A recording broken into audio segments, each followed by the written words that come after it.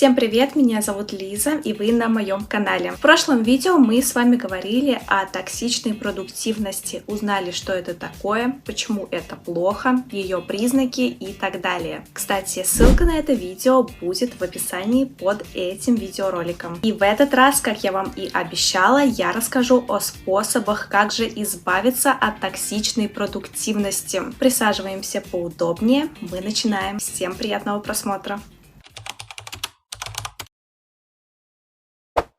Выделите себе хотя бы 1 час в день, на который вы ничего не будете планировать. Единственный план – это не проводить этот час на работе или на каких-то обязательных делах. Можно выбирать занятия спонтанно, например, погулять в парке, почитать книгу или посмотреть какой-то легкий комедийный фильм. Даже если вам тяжело даются попытки бездельничать, напомните себе, что это всего лишь час отдыха, после которого вы сможете снова вернуться к привычной работе и делам.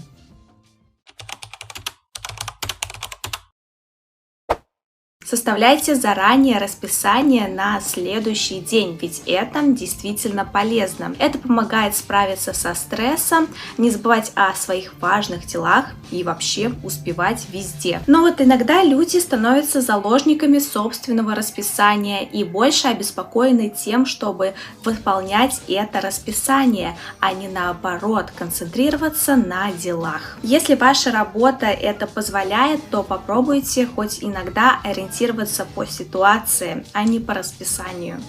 Например, если прямо сейчас у вас нет сил заниматься делами, отложите их на вечер и позаботьтесь о том, чтобы почувствовать себя лучше.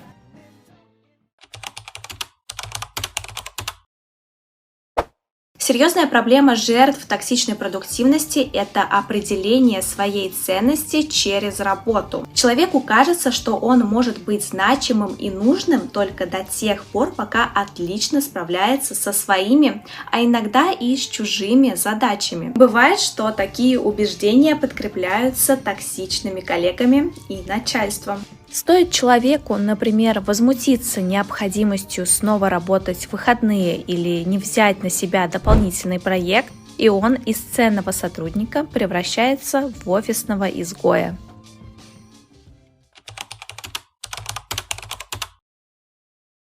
Иногда переработки и забитое до отказа расписание считается в компании нормой, и даже когда сотрудник загружен по максимуму, на него продолжаются сыпаться задачи. А тех, кто не хочет перерабатывать, осуждают или даже стараются выдавить из коллектива.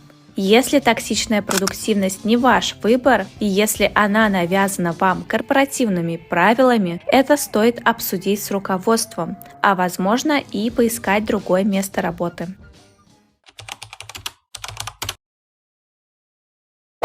Не ждите, пока у вас наступит выгорание и вы вообще не сможете сделать какую-либо задачу. Делайте перерывы регулярно, чтобы быстрее восстанавливаться и сохранять свою продуктивность. Например, делать перерыв по 10-15 минут после каждой выполненной задачи, а потом вновь приступать к новой задаче.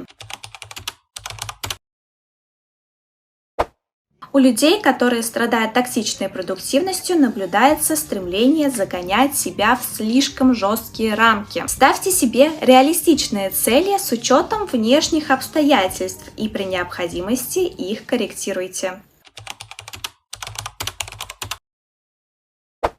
Нужно научиться не хвататься за все дела сразу, а с чувством, с толком, с расстановкой определять, что действительно важно и срочно, что может подождать, а что вообще делать не нужно. Иногда кажется, что подобное планирование – это пустая трата времени, которого у вас и так нет. На самом деле оно займет 5-10 минут в день, зато поможет распланировать правильно день. Необходимо помнить, что важно и срочно – это 2 разные категории дел. Попробуйте сортировать их все по 4 категориям. Важно и срочно, не срочно, но важно, срочно, но не важно, не то и не другое. Это поможет равномерно распределять задачи и видеть, где вы перерабатываете.